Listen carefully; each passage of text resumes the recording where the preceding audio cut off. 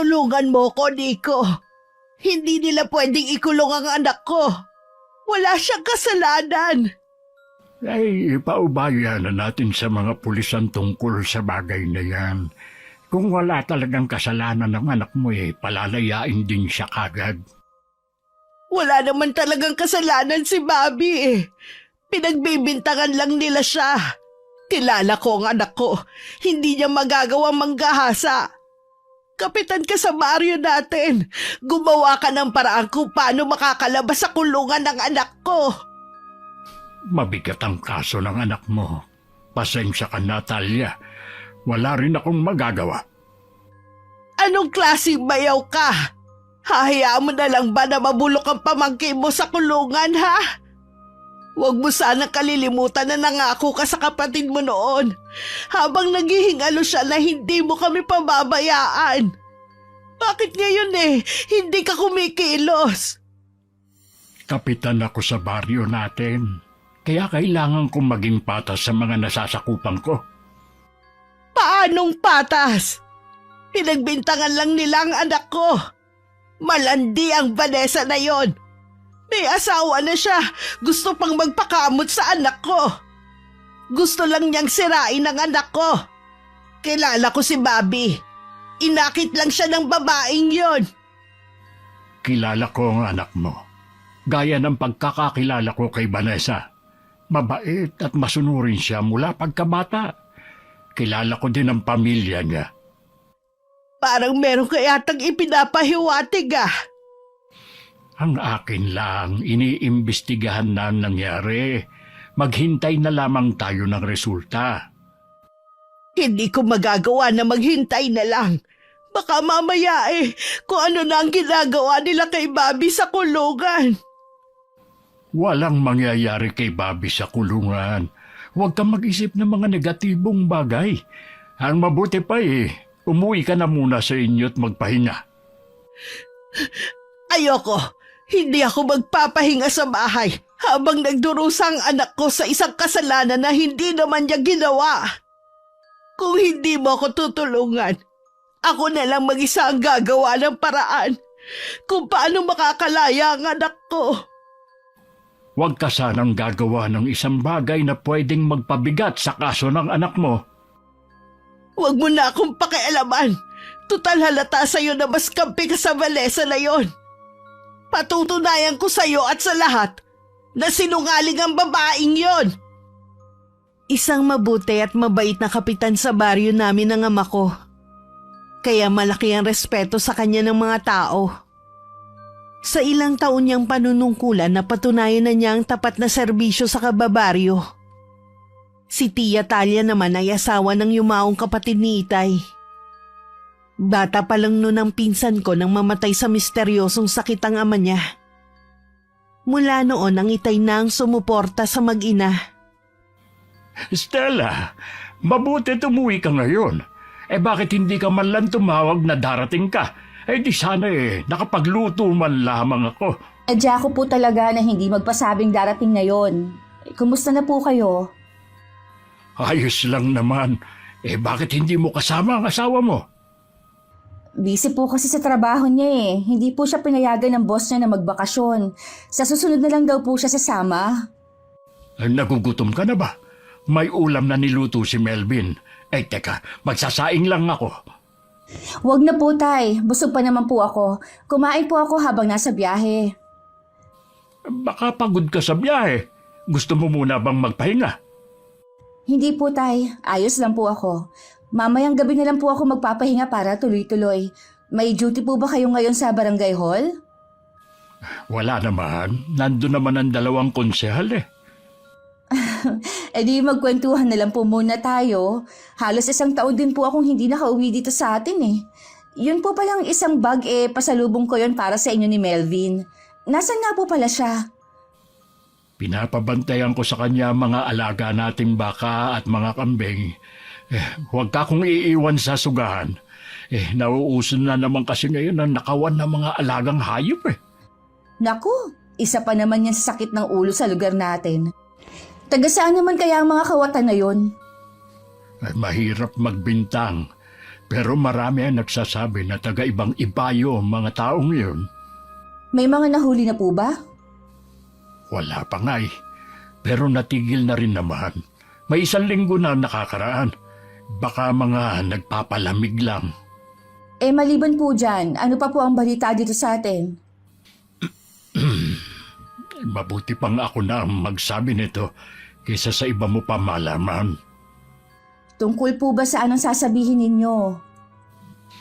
Tungkol kay Vanessa. Kilala mo pa naman siya, hindi ba?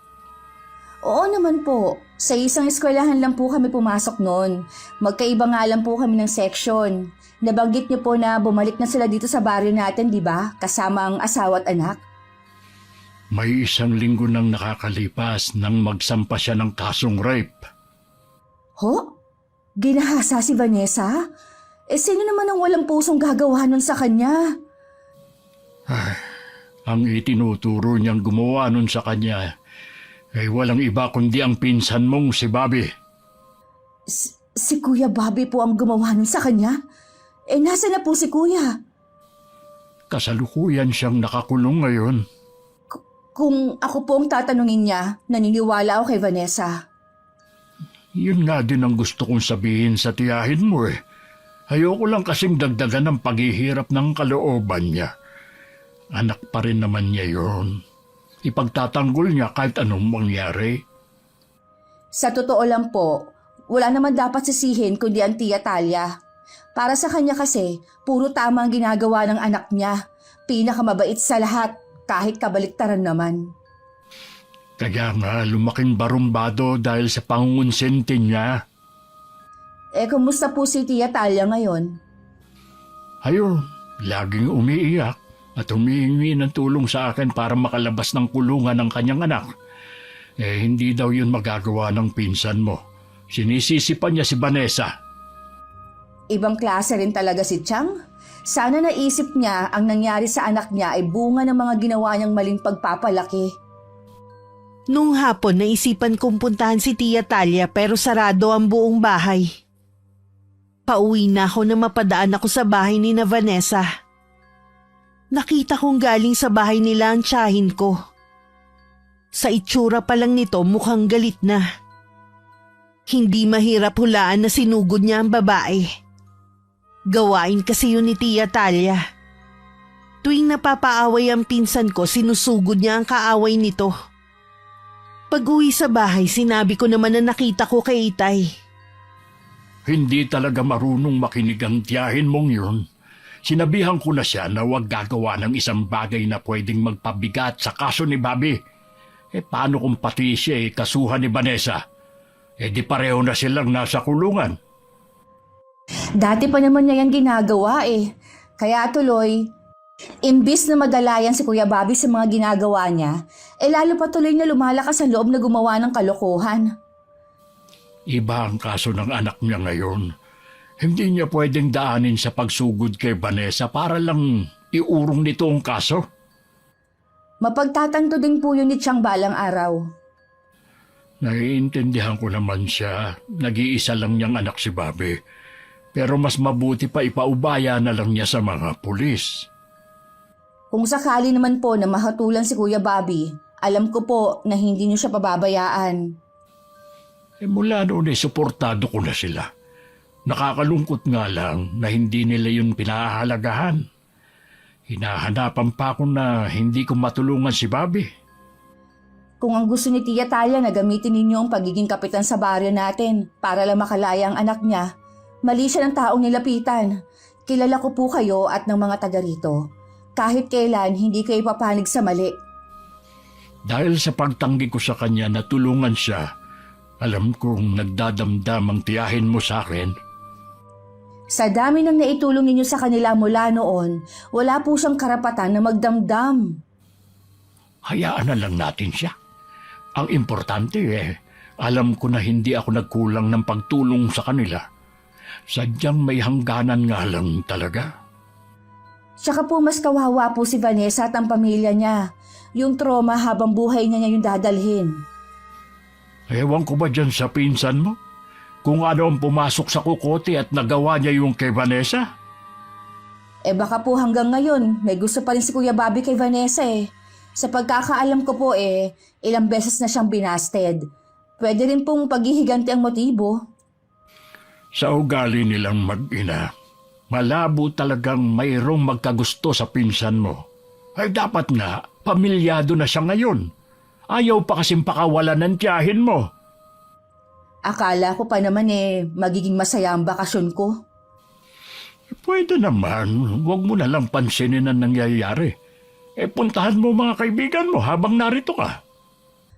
Pag-iisipan ko po muna. Tsak kasi na ang dami nilang itatanong tungkol sa nangyari. Ay, mabuti pa'y kumain na tayo. Kanina pa nakapagluto si Melvin. Nang malaman niya kasing dumating ka, nagluto siya ng masarap na ulam. Nakakatuwa talaga yung ampon nyo, Tay. Maaasahan sa lahat ng oras at pagkakataon. Kung wala nga lang siyang kapansanan ipapasok ko siya kahit barangay tanod. Sayang nga lang po hindi siya nakakapagsalita. Palaispan pa rin sa akin kung sino kaya ang mga magulang niya. Bakit siya iniwan sa labas ng pintuan ng bahay natin? Kung sino man siya, wala na rin naman akong balak na ibalik sa kanya si Melvin. Para ko na siyang anak. Parang kapatid ko na rin ituring si Melvin. Mabait at masayahin ang binatilyo. Kahit nasa malayo kami magkakapatid, panatag ang loob namin. Dahil may kasamang itay sa bahay. Masaya pa kami nagkukwentuhan habang naghahapunan ng gabing yon. Kinabukasan pumunta ulit ako sa bahay ni Tia Talia. Kita ang pagkagulat sa mukha niya nang makita ko. Mabuti umuwi ka. Kailan ka pa dumating? Kahapon lang po. Galing po ako dito kahapon pero sarado po ang buong bahay. Pinuntahan ko kasi si Vanessa sa kanila. Siguro alam mo na ang nangyari sa Kuya Bobby mo. Opo, naikwento na po sa akin ng itay ang nangyari. Sinira ng babaeng yun ang buhay ni Bobby. Isa siyang malanding babae. Pagkatapos niya landiin ang anak ko palalabasin niyang ni-rape siya. Chang, hindi naman po tama na si Vanessa ang sisihin ninyo. Kilala ko po siya mula pagkabata. Hindi siya makabasag pinggan. Hindi niya magagawang landiin si Kuya Bobby, lalo't may asawa na siya at anak. Parehong-pareho kayo ng ama mo. Mas gusto niyo pang kampihan ng ibang tao kaysa sa anak ko. Alam naman po natin na maloko sa babae si Kuya Bobby. Ilang beses na ba siyang nairereklamo? Masigit kong kilala ang anak ko kaysa sa inyo. Alam kong hindi niya magagawang mga binibintang sa kanya ng mga taong yon. Bukod tanging kayo lang pong naniniwala na santo ang anak ninyo. Lahat po ng taga rito, kabaliktaran ng tingin sa pinsan ko. Alam mo naman na maagang naulila sa ama ang pinsan mo. Ako lang ang nagtaguyod sa kanya. Laki sa layaw ang pinsan mo pero napakabait niya. Ngayon po na mag-isa lang kayo dito, pwede po muna kayo sa bahay namin. Nag-aalala rin po kami ng itay sa inyo Mas gusto ko dito sa bahay. Tsaka, kung nag-aalala talaga kayo sa akin, sana gumagawa ng paraan ng itay mo kung paano ako matutulungang mapalaya si Bobby. Hindi po ganun kadali ang gusto ninyong mangyari. Mabigat nga po ang kaso ni Kuya Bobby. Isa na lang po siguro ang paraan, ang iurong ni Vanessa ang reklamo niya. Nakikipagmatigasan ng babaeng yon. Gusto niya talagang panindigan ng kasinungalingan niya. Chang, sigurado po ba kayo? Ayos lang kayo dito kahit mag-isa lang kayo? Oo, dito ko nalang hihintayin si Bobby. Oo nga pala, di ba magkaibigan kayo ni Vanessa? Baka pwede mo siyang pakiusapan na iurong ng reklamo labang kay Bobby.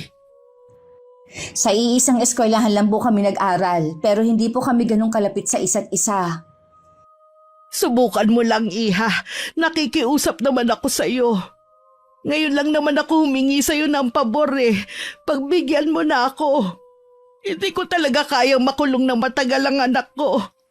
Ikamamatay ko kung hindi ko na siya makikita pa. Pasensya na po, Chang. Bilang babae, nakikisimpatya po ako sa nangyari kay Vanessa. Hindi po biro ang pinagdaanan niya. Wala ka rin kwentang pamangkin. Hindi nga sabi magagawa yun ni Bobby. Mabuti pa umalis ka na rito at huwag nang babalik. Chang, Alis na! Alis! Wala akong nagawa kundi ang umuwi na lang sa amin. Kahit ganun kasi ang ugali ni Tia Talia, naaawa pa rin ako sa kanya. Nang sumunod na araw, pinuntahan ko ulit siya. Pero lagi nang sarado ang buong bahay. Hindi ko alam kung nasa loob lang siya o talagang walang tao. Nakarating din sa aming kaalaman na umalis na sa baryo namin si Vanessa at ang buo niyang pamilya. Walang nakakaalam kung saan sila lumipat. ano po kaya ang dahilan ng pag-alis nila? May nakarating sa akin na balita na ginugulo di umano sila ng mga barkada ni Bobby. Nabugbog pa nga raw ang asawa ni Vanessa habang pauwi. Hinihintay ko nga na pumunta sila sa barangay para magsampa ng reklamo. Pero hindi naman sila pumupunta. Sa tingin niyo po kaya may kinalaman doon si Tia Talia? Desidido kasi siyang gawin ang lahat para sa anak eh. Hindi ko alam, Iya. At saka sabi-sabi lang naman yun. Paano po natin malalaman kung umalis na nga sila? Hindi ko maiwasan na makonsensya. Pakiramdam ko kasi na bigo akong protektahan si Vanessa at ang pamilya niya. Ginawa niyo naman po ang lahat eh. Huwag niyo pong sisihin ang sarili niyo. Inaalala ko rin kung itutuloy pa nila ang kaso kay Bobby. Sa totoo lang, mas panatag ang mga taga rito nang mawala ang pinsan mo. Dati kasi maraming takot ang magsumbong. Ngayon, lumilitaw na ang mga kalokohan na ginawa niya noon. Malay niyo naman po eh, lumipat lang sila ng tirahan. Pero tuloy pa rin ang kaso. Sana nga, Iya. Huwag na po kayo masyadong mag-isip. Baka lalo lang kayong tumanda niyan. Matanda na naman talaga ako eh. Kita mo nga, puti na lahat ng buhok ko. At isa pa, napapagod na rin ako sa tungkulin ko bilang kapitan sa baryo natin. Gusto ko lang pagbigyan ng mga kababaryo natin na tumakbo pa ako nung nakaraang eleksyon. Gusto po nila kayo dahil alam nila na gagawa ninyo ang trabaho ninyo at may malasakit kayo sa kanila. Gusto ko, bago matapos ang term ko, mawala ang mga salot sa baryo natin. Napahirap sa mga taga rito. Sina Kuya Bobby at tropa lang naman niya ang sakit ng ulo dito sa lugar natin eh. Kaya nga mas gusto ko na rin siya makulong kaysa makalaya pa. Patawarin ako ng Diyos. Kahit pamangking ko siya at tinuring na rin anak, mas pipiliin ko pa rin ang kapakanan ng nakararami kaysa sa kanya.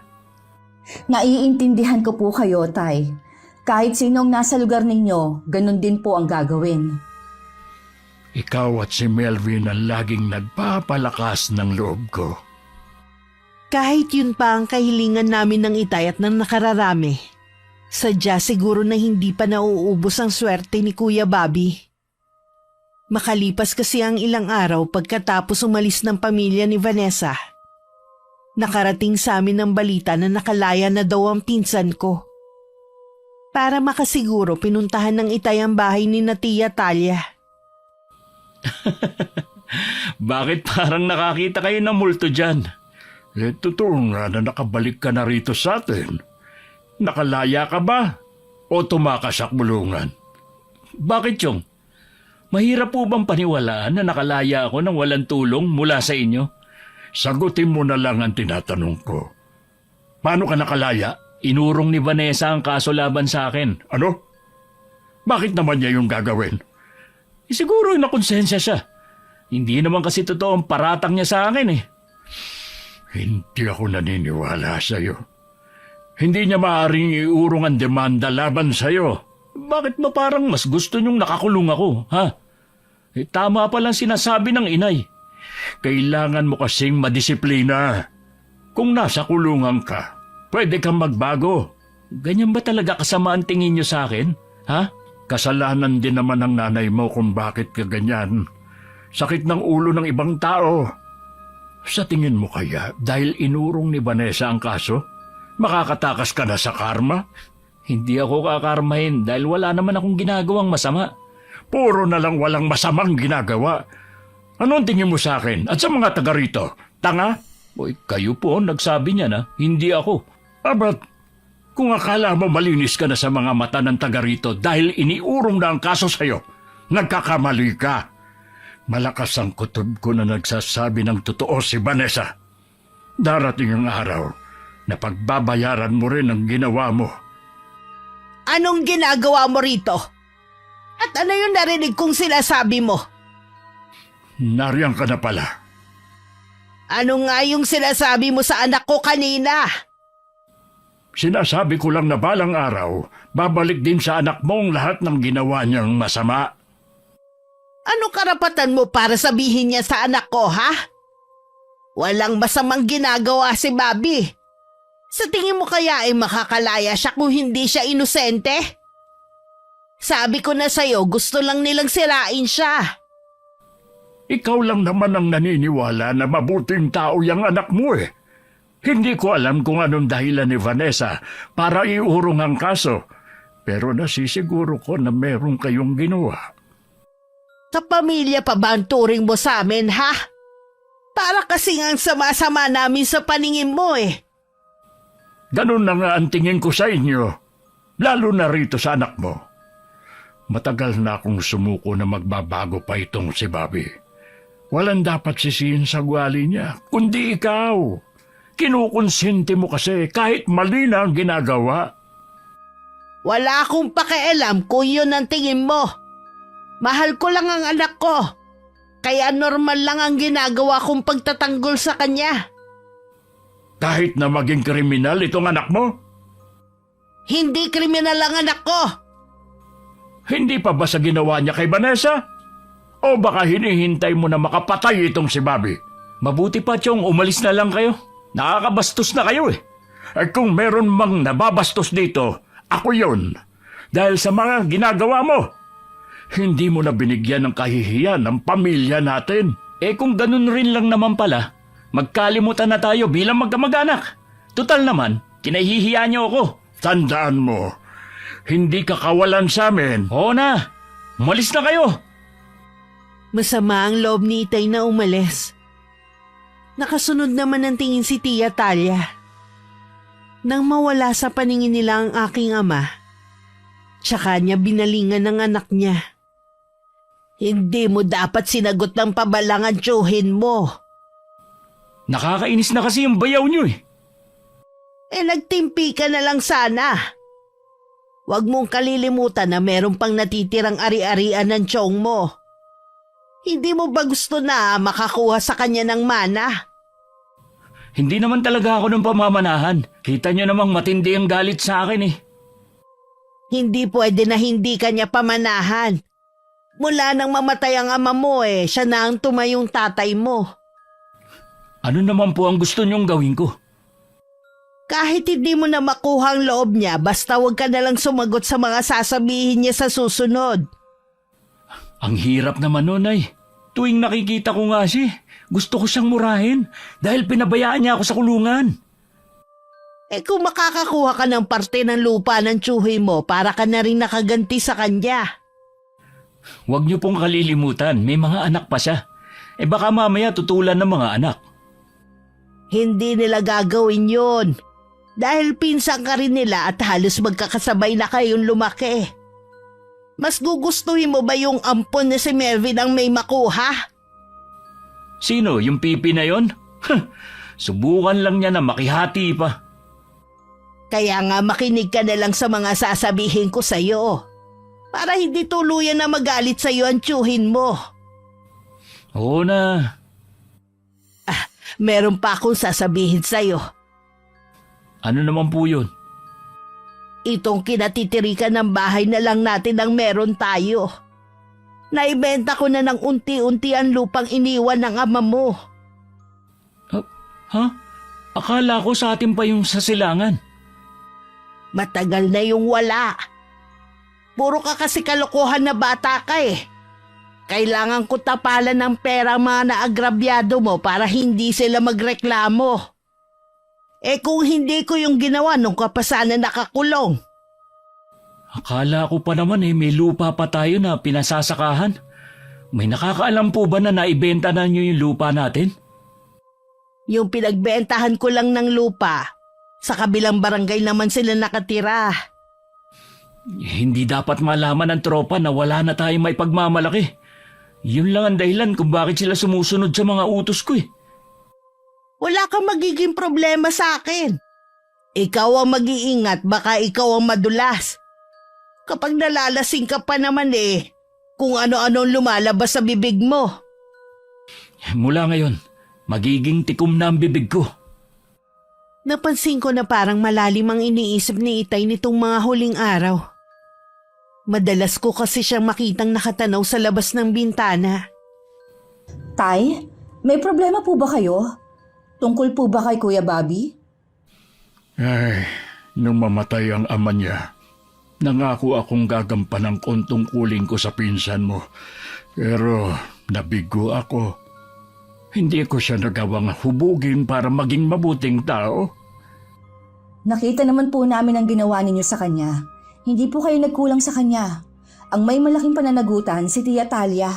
Siya ang dahilan kung bakit ganun si Kuya Bobby. Kaya naman nagdesisyon na ako na putulin na ang anumang obligasyon ko sa kanilang mag-ina. Ayaw ko kasi na pati kayong mga anak ko madamay sa kalukuhan ni Bobby. Huwag niyo po kaming alalahanin. Kaya namin ang mga sarili namin. Si Melvin lang po ang inaalala namin Gusto nga ni Kuya na kunin siya. Kaso wala po kayong makakasama dito. Kaya ko naman pangalagaan si Melvin. At saka binalaan ko na rin ang tropa ng pinsan mo na huwag kakantiin ng binata dahil sa akin sila mananagot. Baka mamaya kaya nila pinagtitripan si Melvin dahil sa utos na rin ni Kuya Bobby Noon pa kasi mainit na ang dugo niya rito. Ganon din naman kasi ang Tia Talia mo kay Melvin. Parehong-pareho silang mag-ina. Mula po ngayon, huwag niyo na silang intindihin. Hayaan niyo silang tumayo sa sarili nilang mga paa. Tsaka dapat matutong magsaka si Kuya Bobby. Hindi yung puro siya bisyo at barkada. Ano pang sasakahin ng pinsan mo wala na silang lupa? Matagal nang naibenta ng tiyahin mo? Po? Kailan pa po? Matagal na. Sa bagong may-ari ko nalaman. Hinihintay ko ngang banggitin ng tiyahin mo Pero tingin ko, wala talaga siyang balak sabihin sa akin. Sa bagay, labas na ako dun. Kaya lang, hanggang ngayon ako pa rin ang nagsusustento sa kanilang mag-ina. Pakiusap lang, Tay. Tigilan niyo na ang pagbibigay ng pera sa kanila. Sa mga binitiwang salita nila sa inyo, dapat noon niyo pa sila pinabayaan Hayaan yung matutong magbanat ng buto si Kuya Bobby. Oo, iya. Kakausapin ko rin ang tiyahin mo para hindi siya mabigla. Ang dami na kasing inalok na trabaho sa kanya, lahat inayawan niya Tamad nga kasi at walang pangarap sa buhay. Ay, siya nga pala. Wala ka bang gagawin ngayon?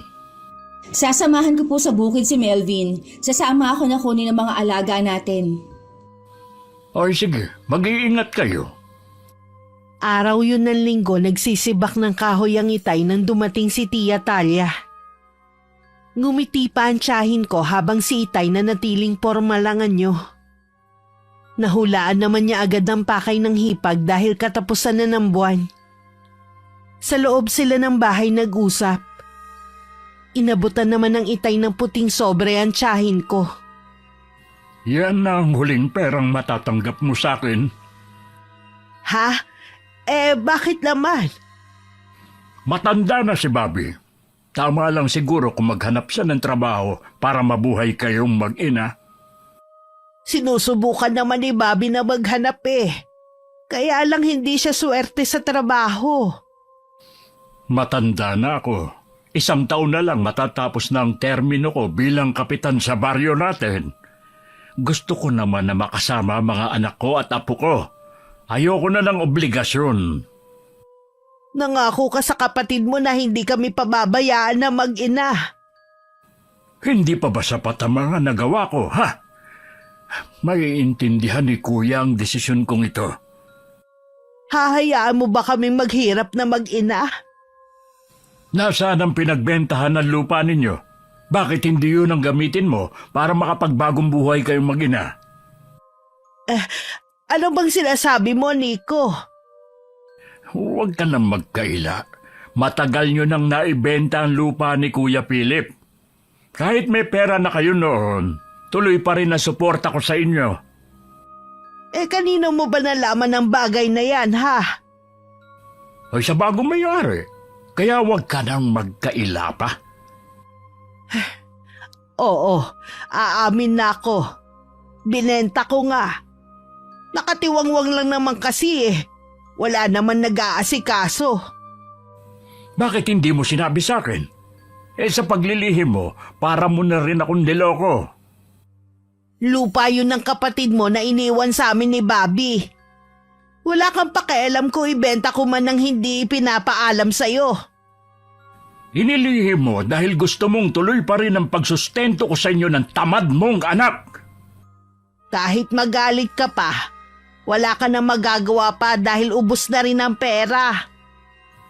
Ay hindi ko na problema yun. Basta ang pera na ibinigay ko sa iyo ay huli na. Hindi mo magagawa to sa amin. Kulang ang pera na to. Hindi sasapat sa amin sa mga susunod na linggo. Kaya nga utusan mo ang anak mo na magbanat ng buto, hindi yung hinahayaan mo lang sa mga bisyo niya at pakikipagbarkada. Hindi habang buhay nariyan ka para saluhin ang mga problema niya.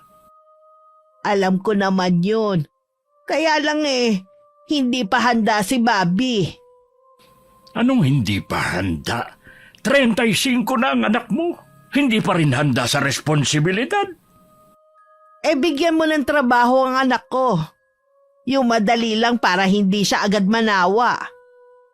Marami na akong trabaho na ibinigay sa anak mo. Maging ang mga anak ko.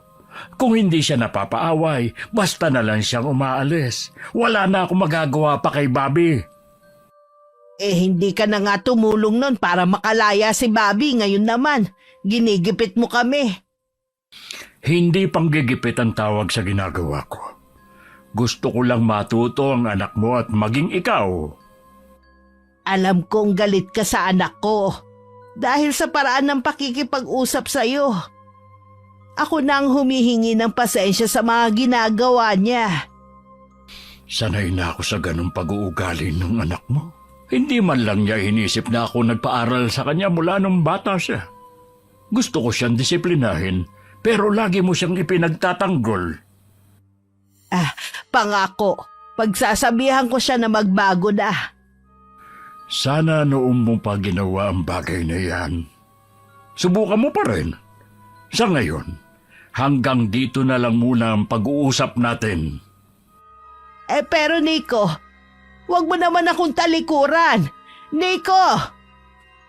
Kuyum ang mga palad na sinundan na lang ng tingin ng tiyahin ko ang papatalikod na si Itay.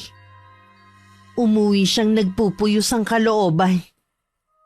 Puno rin ng pag-aalala ang isipan kung saan kukuha ng panggasto sa susunod na buwan. Gaya na nakagawian, malalim na ang gabi na makauwi si Kuya Bobby sa kanila. Bakit gising pa kayo?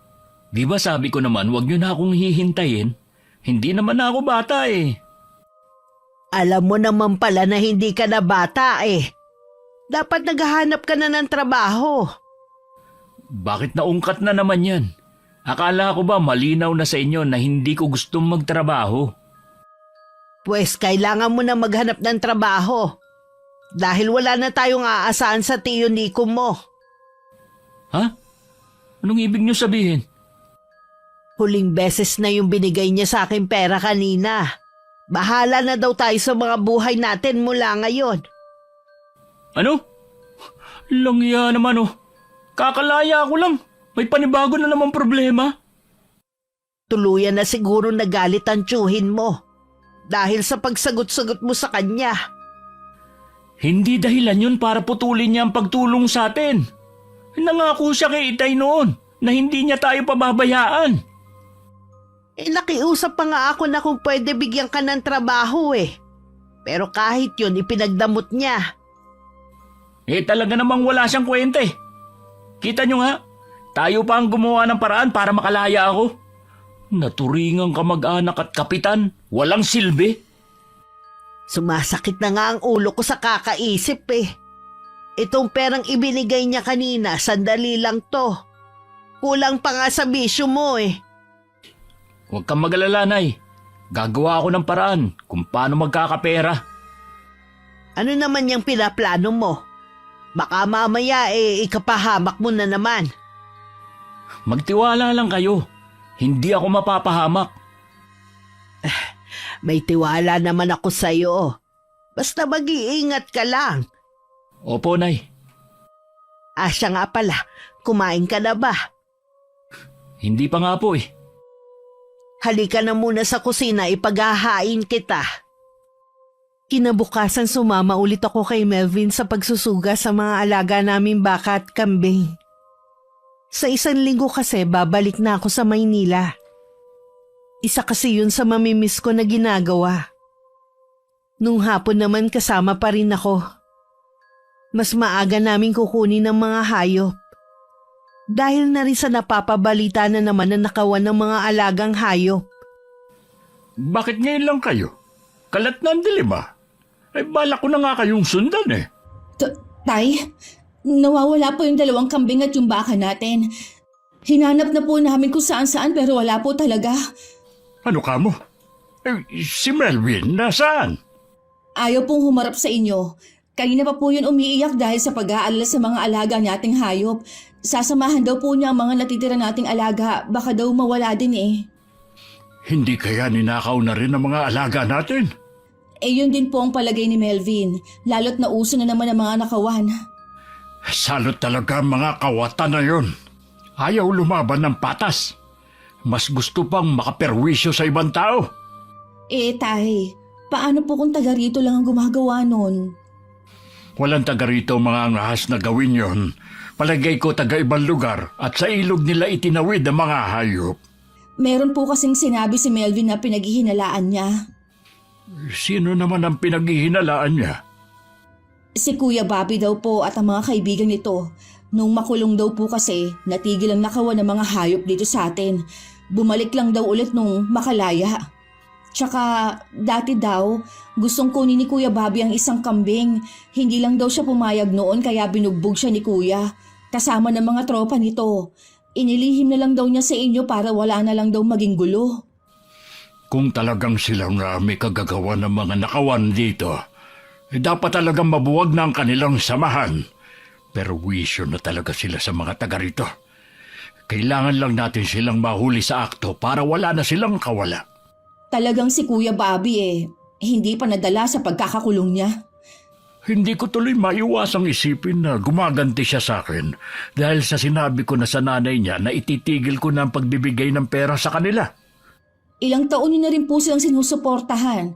Wala po silang karapatan na magalit at lalong gumanti sa inyo. Kapag napatunayan ko lang na si Bobby at ang mga kaibigan niya ang may kagagawa ng nakawan ng mga hayop dito sa atin, ako mismo ang kakaladkad sa kanya sa presinto. Kung hindi man sila mahuli sa akto, bahala na ang Panginoon sa kanila. Ay, sige na. Tawagin mo na si Melvin. Huwag na kayong lalabas ng bahay. Pupunta lang ako sa barangay. Sasama ako sa pagpapatrolya sa buong baryo natin. Mag-iingat po kayo, Tay. O, kayo rin dito. Siguruhin nyo na nakasara lahat ng bintana at pinto sa likod. Huwag kayong magbubukas kung hindi ako ang tumatawag. Sinunod ko ang sinabi ni Itay. Hindi pa man kami noon natutulog ni Melvin, may malakas nang kumakatok sa may pinto. Hindi namin yun binuksan. Hanggang napasigaw na lang ako sa gulat dahil sa sunod-sunod na pagbato sa bubungan ng bahay namin. Nabasag pa nga ang jalousie ng bintana.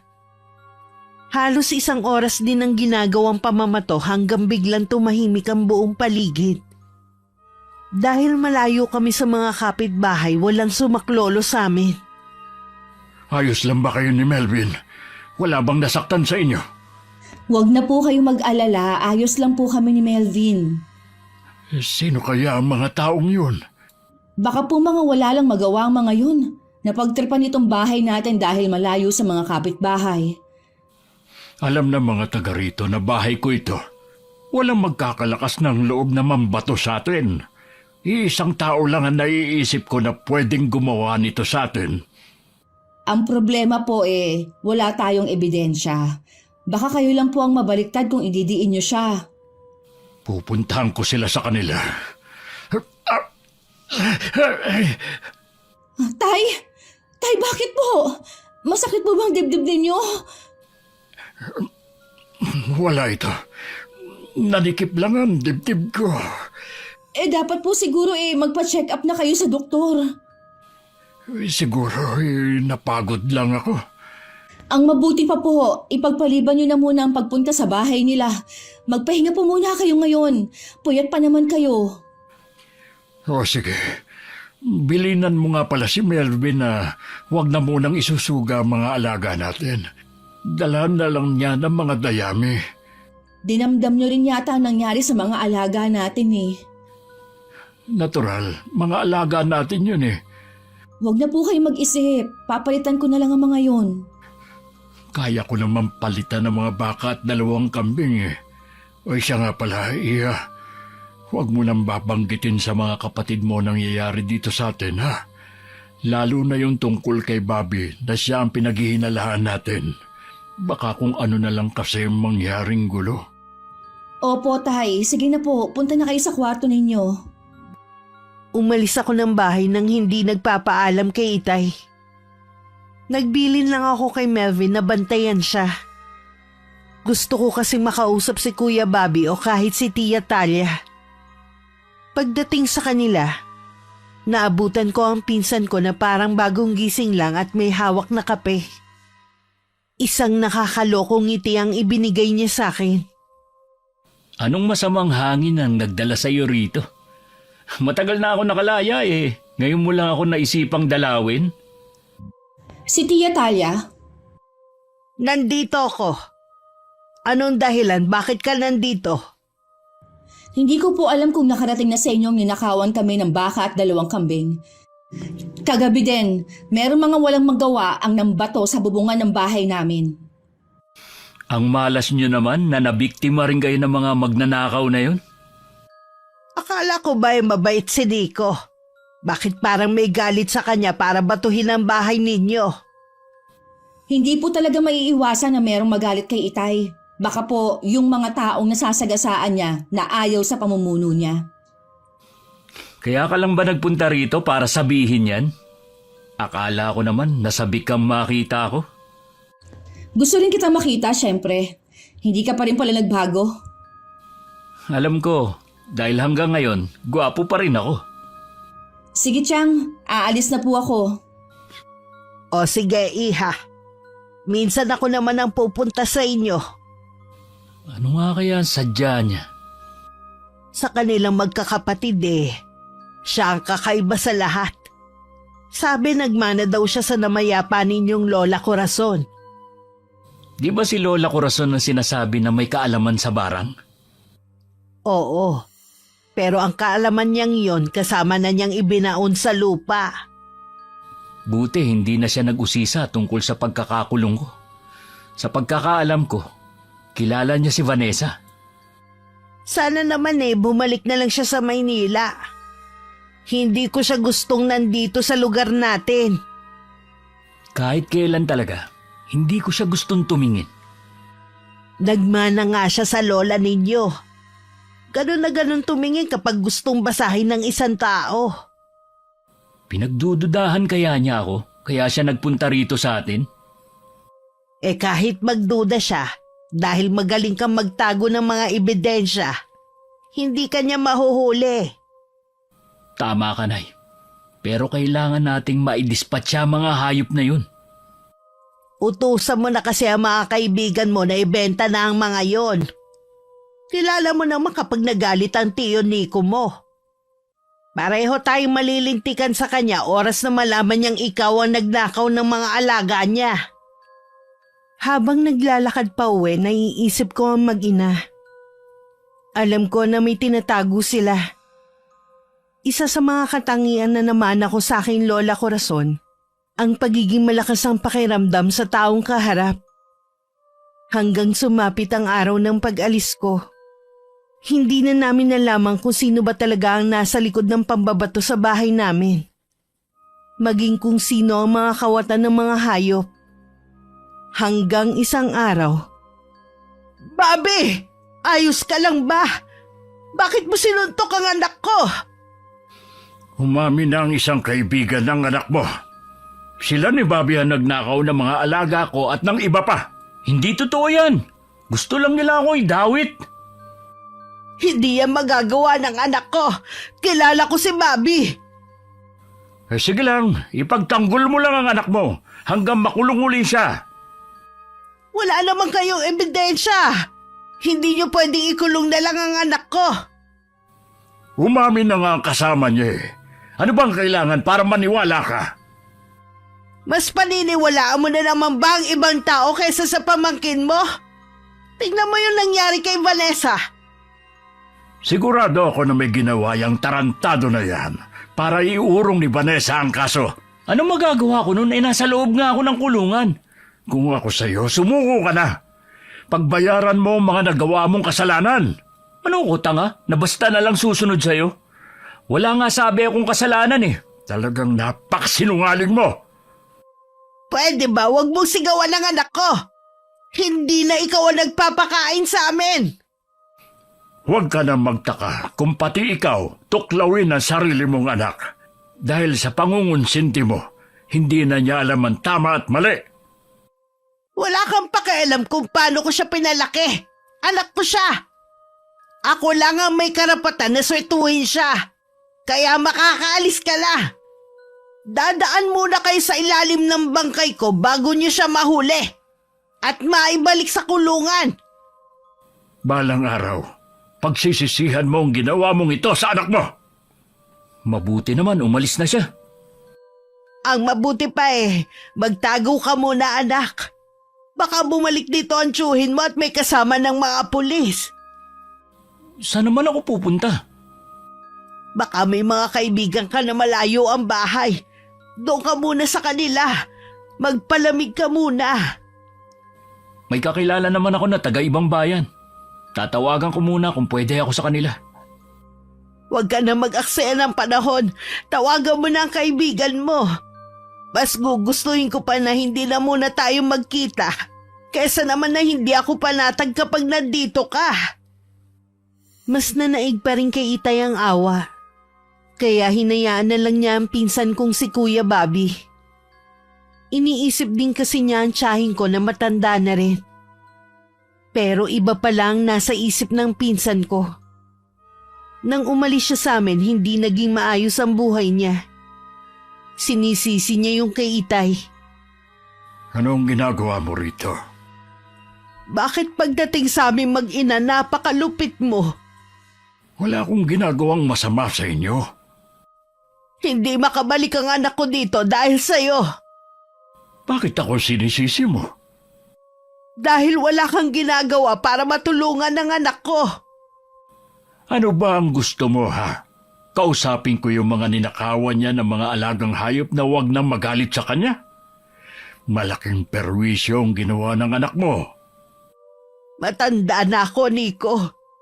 Ang gusto ko na lang naman makasama si Bobby.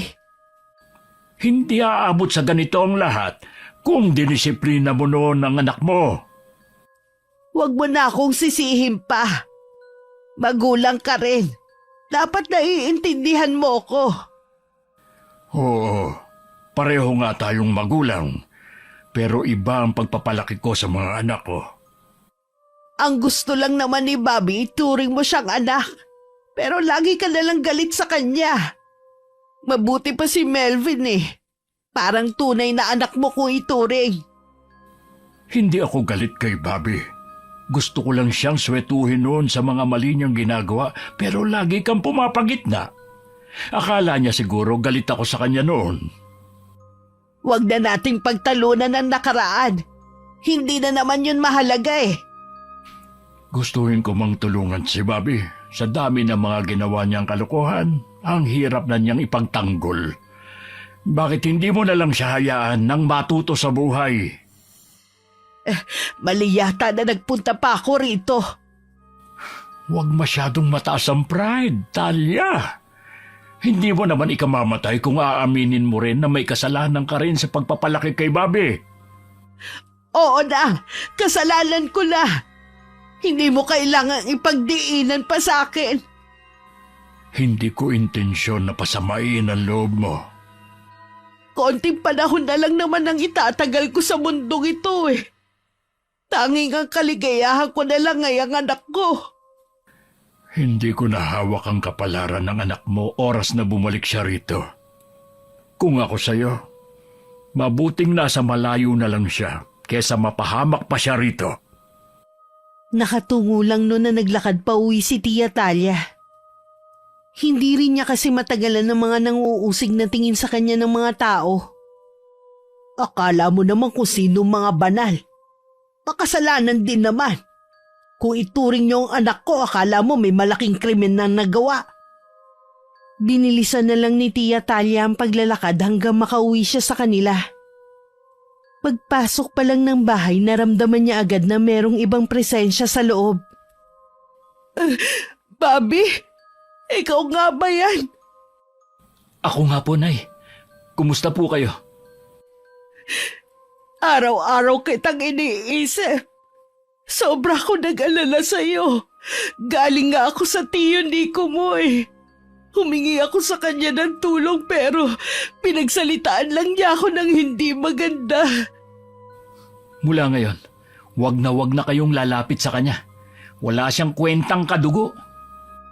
Kaya lang naman ako lumapit sa kanya dahil nga gusto kitang makita at makasama. Ako din naman po, Nay. Kaya kahit delikado, umuwi ako dito sa atin. Teka, may nakakita ba sa iyong mga taga rito? Wala po, Nay. Kahit mga kaibigan ko, hindi ko ipinaalam na uuwi ako. Wala na akong tiwala sa kanila. Sila naglaglag sa akin. Ang kapal nga ng mga mukha na kumustahin ka sa akin eh. Akala yata nila, hindi ko alam na kumukuha lang sila ng impormasyon kung nasan ka. Wala na po akong balak na umalis dito. Napakahirap ng pinagdaanan ko. Sinusumpa ko ang bawat araw na nandun ako. Ano ba nangyari sa iyo? Bakit ganyang kakapayat? Yung kaibigan na pinuntahan ko, hindi ko alam nakakilala din niya ang asawa ni Vanessa. Kung hindi ako nakatakas, malamang matagal na akong patay. Palipat-lipat na ako ng tirahan. Naranasan ko na matulog sa kalye at ilang araw walang makain. Kinailangan ko magbungkal sa basurahan para lang malamnan ang tiyan ko. Hindi, sabihin mong hindi yan totoo. Hindi ang pinakamamahal kong anak. Totoo po, Nay. Mas mahirap ang pinagdaanan ko ngayon kesa nung nasa kulungan ako. Patawarin mo ko, anak, kung wala ako sa tabi mo ng mga panahon na yon. Kung pwede lang sanang ibalik ang nakaraan, hindi na kita itinaboy noon. Wala po kayong kasalanan. Iisang tao lang ang dapat sisihin sa mga nangyari sa akin. Walang iba kundi si Tio Nico. Kaya din ako bumalik dito para makapaghiganti sa kanya. Tama ka. Walang dapat sisihin kundi ang tiyuhin mo. Lalo ko siyang kinasusuklaman. Humanda siya sa akin. Ibabalik ko sa kanya lahat ng hirap na pinagdaanan ko. Huwag mo munang isipin yan sa ngayon. Ang importante, magkasama na tayo. Akala ko nga po hindi na tayo magkikita pa. Hindi ako kailanman nawalan ng pag-asa na magkikita pa tayo. Halika na muna sa kusina, ipaghahanda kita ng pagkain. Alam ko na mismo na ang mga luto ko. Pangako, hindi mo na mararanasan mamungkal sa basurahan para lang makakain. Habang nasa Maynila ako, may ilang gabi na akong balisa. Hindi ko maipaliwanag ang nararamdaman ko. Araw-araw din akong tumatawag kay Itay para kumustahin sila ni Melvin. Dahil hindi ako mapalagay, pinayuhan ako ng asawa ko na umuwi muna sa amin. Kapag daw naayos niya yung mga dapat gawin, susunod siya sa akin. Stella, sinorpresa mo naman ako. Akala ko ba sa birthday ko na kayo mag-asawa uuwi rito? Hindi po kasi ako mapakali eh.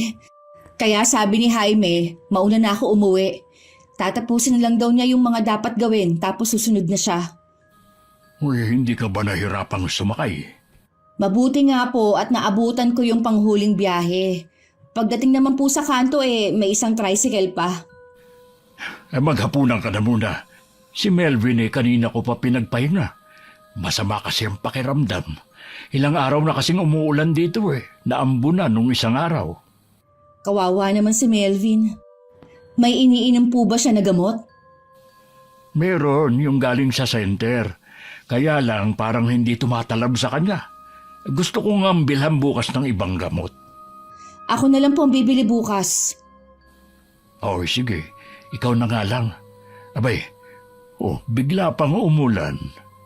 Buti po nakauwi na ako. Malakas din ang ulan na yan. May bagyo daw po ba?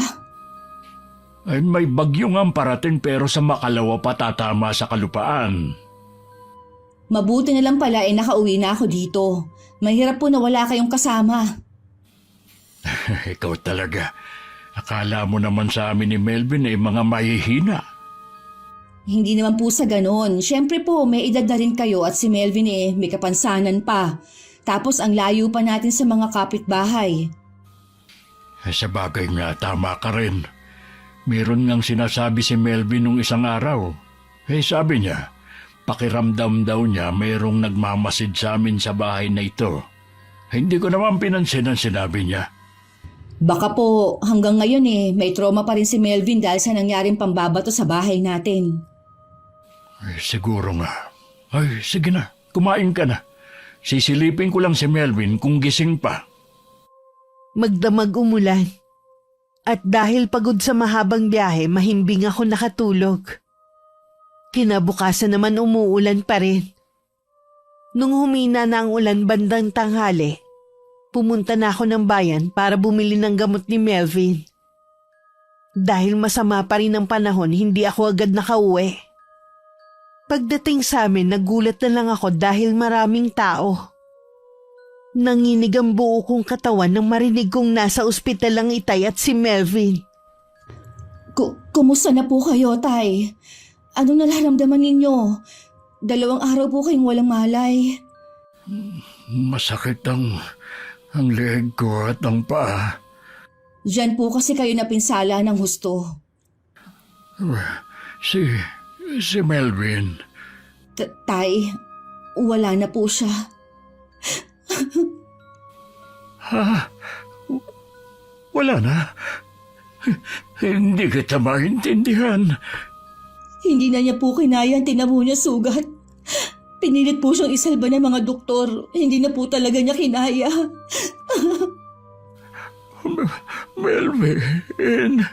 Melvin anak, bakit?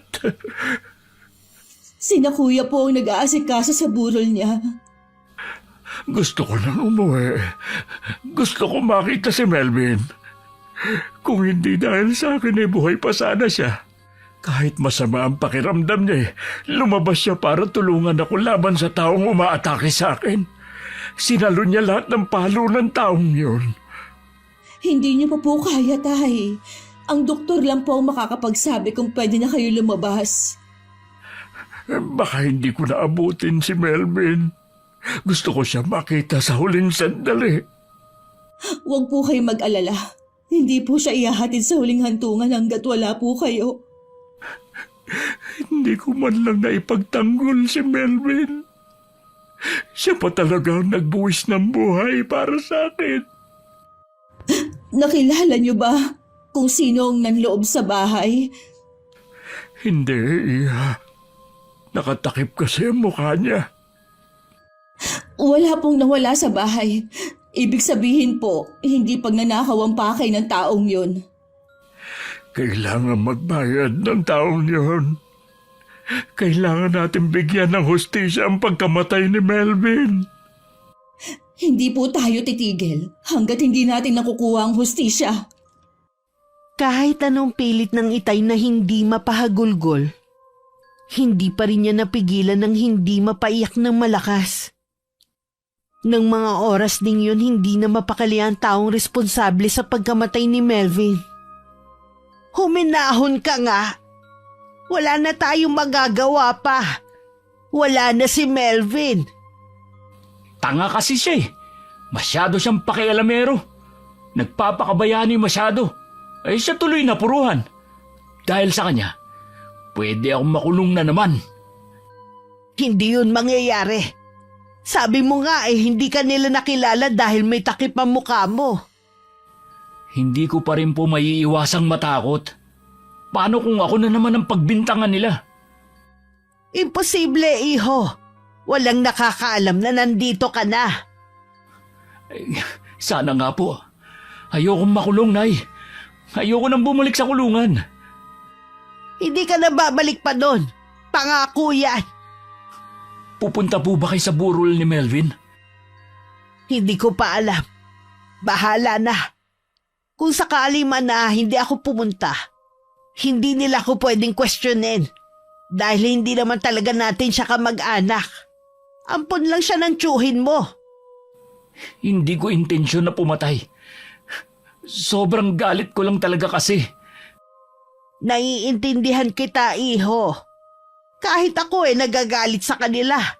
Baka kung ako ang nasa katayuan mo, ganun din ang magawa ko. Tama lang pala ang ginawa kong pagganti. Yung nangyari kay Melvin, aksidente lang yun. Kalimutan mo na ang nangyari. Tapos na ang paghihiganti mo. Plano ko ibenta ang bahay na to at lalayo na tayo. Saan naman po tayo pupunta? Sa lugar na walang makakakilala sa atin. Kung saan tayo makakapagbagong buhay. Kayo po ang bahala, Nay. Kahit saan tayo mapadpad, basta kasama ko kayo. Nagpa siya si Tia Talia na hindi na pumunta sa lamay ni Melvin. Hindi na rin siya nakipaglibing. Pero dumalaw siya sa bahay makalipas ang 1 linggo. Kumusta na ang pakiramdam mo? Pasensya ka na pala. Hindi na ako pumunta sa lamay ni Melvin. Isang malaking kawalan si Melvin sa bahay na ito. Kahit hindi ko siya kadugo, tinuring ko na siya bilang anak. Napakaswerte niya kung tutuusin. Hindi lang pagmamahala na tanggap niya, kundi pati mga material na bagay. Kumusta ka na nga pala? Nagpakita na ba sa'yo si Bobby? Siyempre malungkot pero tinakaya ko lang ang hirap ng sitwasyon ko. Hindi na rin ako umaasa na magpapakita si Bobby. Alam ko na galit ka pa rin sa akin. Sana kung ano man ang naging samaan natin ng loob, kalimutan na natin. Kilala mo ko, Nico. Hindi ako ganun kadaling makalimot. Bakit ba ang tigas ng puso mo? Kaya ganun din lumaki ang anak mo eh. Huwag mo nang isama sa pag-uusap natin ang anak ko. Kung may kailangan ka, huwag kang mahihiyang lumapit sa akin. Sinabi ko na rin sa mga anak ko na ibabalik ko ang pagbibigay ko sa iyo ng sustento. Kung sakali man na mawala ako, itutuloy pa rin nila. Kung dahil lang sa awa kaya gusto mo akong tulungan, hindi bali na lang. Sa'yo na rin ang galing na matanda na tayo. Konting panahon na lang ay tatagal natin sa mundo. Bakit kailangan mo pa rin na pairalin ng mataas na pride? Wala namang ibang tutulong sa'yo kundi kami. Pasensya ka na, Nico. Kailangan ko na umuwi. Naalala ko meron pa pala akong gagawin eh. Sige, pag-isipan mo palang sinabi ko. Mag-iingat ka sa inyo. Iba na kasi ang panahon ngayon. Tignan mo ang nangyari sa amin. Tumangulang si Tia Talia. Hindi na niya ako napansin na nakatayo malapit sa may kusina. Lumapit naman ako kay Itay na dala ang gamot niya at isang basong tubig. Oras na po ng pag-inom ng gamot, Tay. Salamat, Iya. Kapag nga pala dumating mamaya si Lexter sabihin mo sa akin. Sige, Tay. Meron pa po ba kayong ipagagawa? Pakikiusapan ko kasi na kung maaari, magpatrolya malapit sa bahay ng tiyahin mo. Nag-aalala kasi ako sa kanya, lalo't mag-isa na lang siya sa bahay. Wala rin kasing pakialam sa kanya mga kapitbahay. Paano naman kasi yung ugali niya? Katulad kanina, kayo na nga itong nagpapakumbaba matayog pa siya. Intindihin na lang natin. Tay, totoo ba na posibleng dayo ang pumasok sa atin dito? Yun ang lumalabas sa investigasyon. Ewan ko lang, iba kasi ang kutob ko Huwag mong sabihin na ang pinsan mo na naman ang pinaghihinalaan mo. Wala na nga yung tao rito sa lugar natin. Kahit ang tiyahin mo, hindi alam kung nasaan ang anak niya. Siya lang naman po kasi ang may matinding galit sa inyo. Hindi naman siguro aabot sa pagpatay si Bobby. Sa bagay nga po. Inumin niyo po muna yan. Sa ilang araw ng pagpapatrolya ng mga tanod sa baryo namin, hindi akalain ni Itay na meron silang madidiskubre sa bahay ng tiyahin ko. Napasukan ko ang Itay na nasa loob ng kwarto ni Melvin. Kahit nakatalikod siya, batid kong umiiyak siya. Tay, alam ko na masakit pa rin sa inyo ang pagkawala ni Melvin, kahit po sa amin. Kaya lang, mas malulungkot siya kung makikita niya kayong laging umiiyak. Hindi ko lang kasi maiwasang malungkot. Mula na magkaroon kayo ng pamilya, siya na lang ang lagi kong kasama. Naiintindihan ko naman po ang nararamdaman ninyo Ako nga po, hindi ko matutupad ang pangako sa kanya. Sabi ko kasi, dadalhin ko siya sa Maynila pagkatapos ng birthday ninyo. Ayoko nang ipagdiwang ang birthday ko. Palipasin alam natin na parang ordinaryong araw lang. Sige po, Tay, kung yan po ang gusto ninyo. Siya nga po pala, bala ko magdala ng bigas kay Tia Talia ngayon. Meron po ba kayong ipagbibilin? Matagal na palang bumalik si Bobby. Tinatago lang siya ng tiyahin mo. Sabi na nga kahit kailan talaga, hindi na yan magbabago si Chang. Kailangan niyang harapin ang mga reklamo sa kanya ng mga taga rito. Di bali na ako.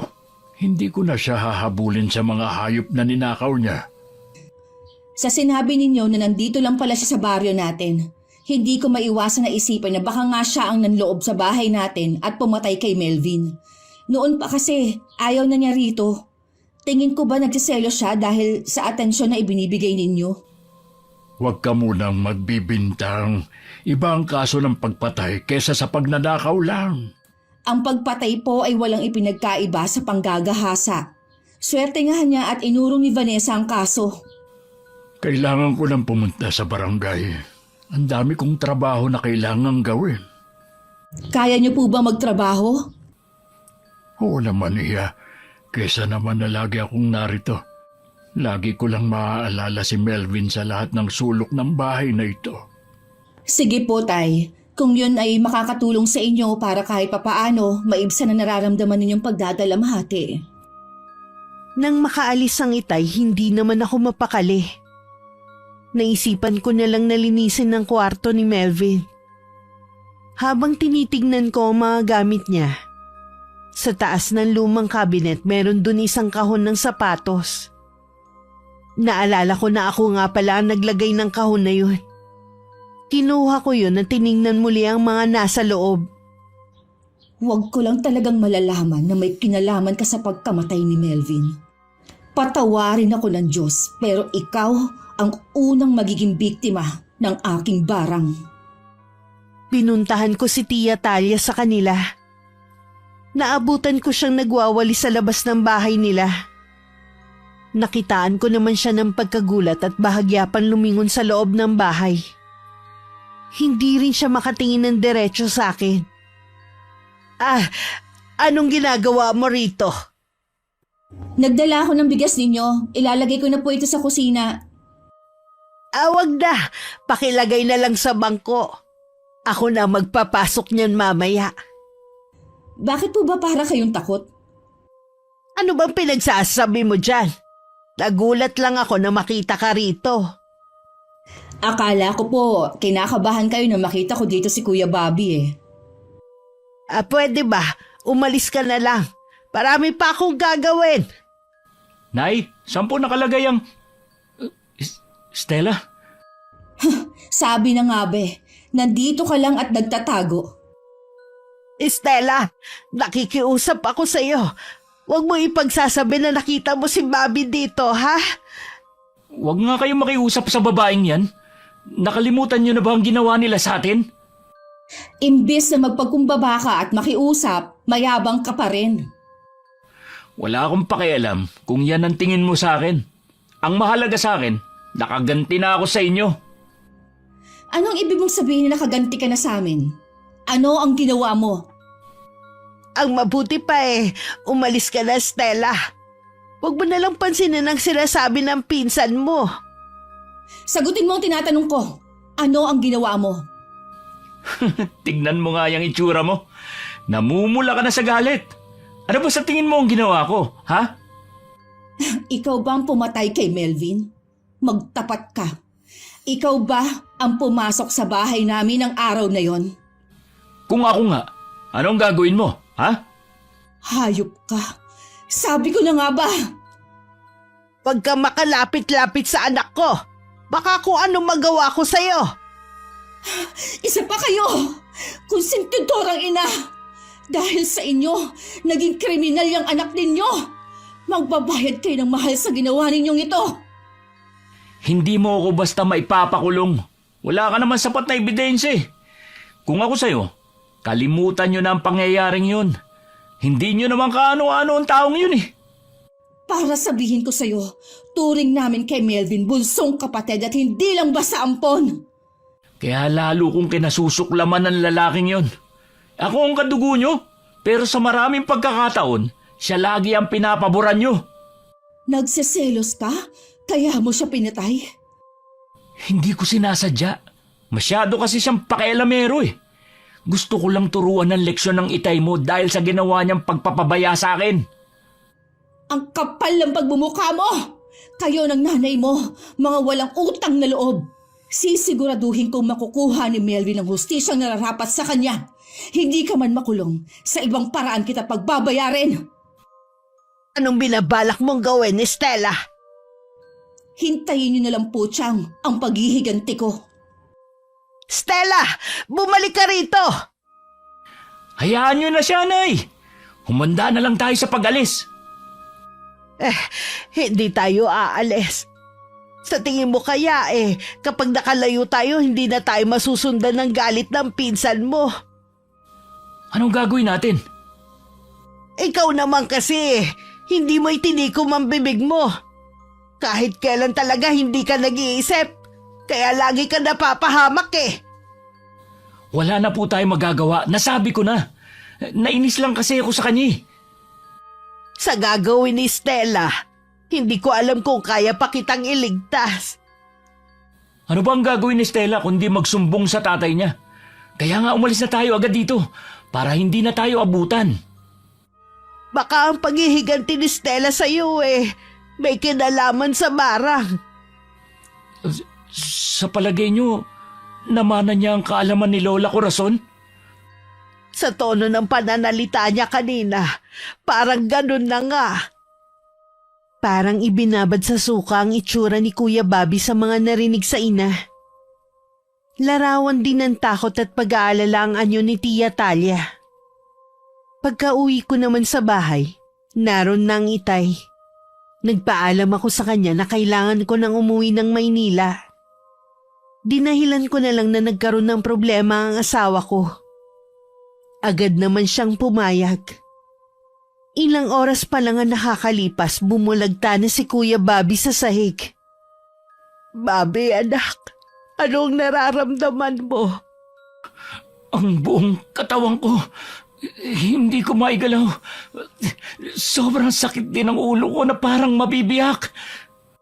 Baka inumpisahan na ni Stella ang pagbabarang sa'yo. Hayop na babaeng yun. Humanda siya sa akin kapag nalampasan ko ito. Huwag mong pairalin ang galit mo. Lalo lang lalakas ang kapangyarihan niya. Ano yun? Parang may naririnig akong bulong malapit sa tenga ko. Palakas ng palakas. Nakakabingi. Takpan mo na yung 2 kong tenga.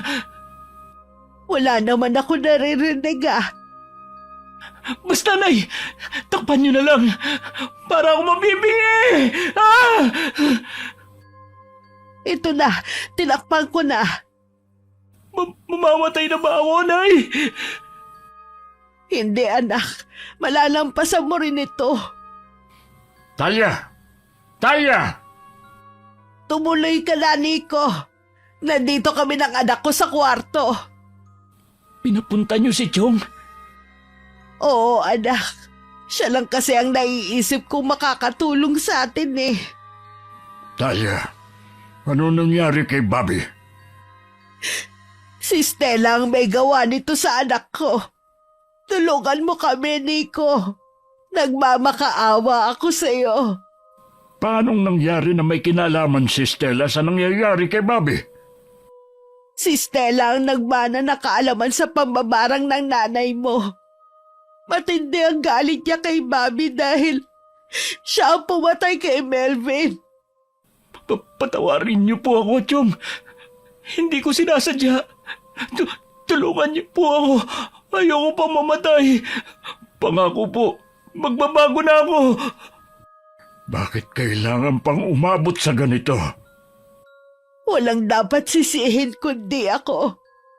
Inaamin ko na. Ako may kasalanan ng lahat. Hindi ako naging mabuting ina. Sa kagustuhan ko mapunan ng kawalan ng ama ng anak ko. Sumobra ako sa pagmamahal at pag-aaruga. Wala na si Stella sa bahay. Sabi niya uuwi na siya ng Maynila. Pero tingin ko, narito pa siya sa baryo natin. Kailangan mo siyang mahanap. Oras na lumabas ang mga insekto. Alam mong hindi na natin maililigtas ang anak ko.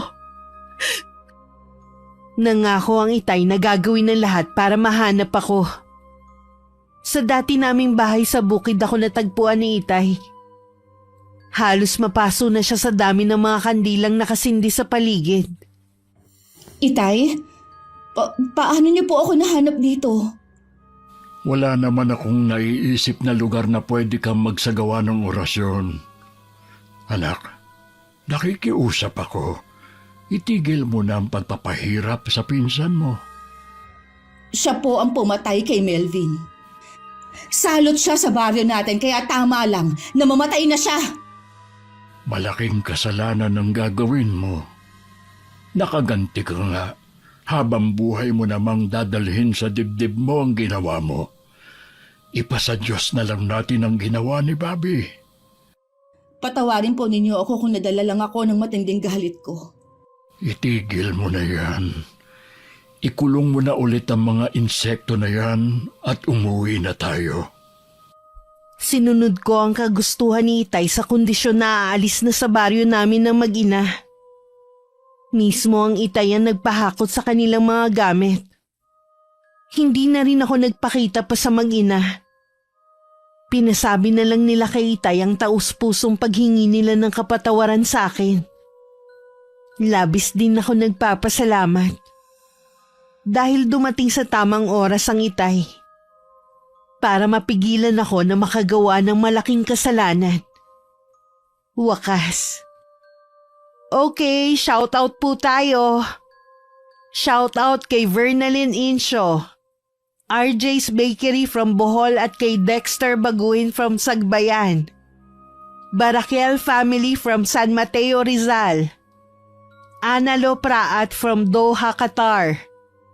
Kay Joan Fernandez, Carol Manzano Brigo, Leonisa Cobo from Bulacan, Lance MBB, Pamela Talaok, Julius Del Lloro. Hello kay na Rosalina Bugayong from Singapore at kay Richard Cayon from Binangonan, Rizal. At sa kaibigan ni Rosalina kay Gigi from Singapore. Hello sa'yo. Narlene Micabalo, Regina Labangalang from Gaya-Gaya, San Jose del Monte, Bulacan. Renz Ponce, Manuel Derla Jr., Jane Gonzaga, Ronalyn Rodriguez, Marita Raquel from Pasig City, Lorely Quintana from Davao City, kay Wilma Leses from Pioduran Albay, Jenny Paul, Nida Kiambao na nasa Kuwait ngayon, Angelina Ignacio from California, Delia Catu from Muntinlupa, hello kay Ann Losis. Shout out sa Echano Belches family from Panginay, Balagtas, Bulacan. Susette De La Torre from Riyadh, Saudi Arabia. Jessica Urian. Kimberly Caballero from Las Piñas at sa Baller Sportswear. Ami Yong from Malaysia. Jessie Rada from Japan. Danilo Katigan. Ausa family from Lipa, Batangas. Lenny Batayola, Crisel Mamado, Lenny Smith from Bahrain at sa baby mo na si Kim, Ronald Gapa ng Allen Northern Samar, Milona Quiroga, hello din po sa Moralde family, Gibaga family, Martorillas family and Torres family from Palakap, Quezon, Bukidnon, Christine Gapi from Singapore, Amara Makulolot from Balara, Quezon City. RKJ 462 from Saudi Arabia. Sophie Serrano from Quezon City. Emily Bianan from Saudi Arabia. Shemer Baro from Mendez, Tagaytay.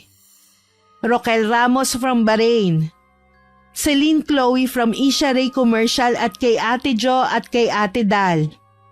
Maraming salamat po sa pagsuporta nyo at pakikinig. Yung iba pong hindi na shoutout sa susunod na video po ulit. Ingat. God bless.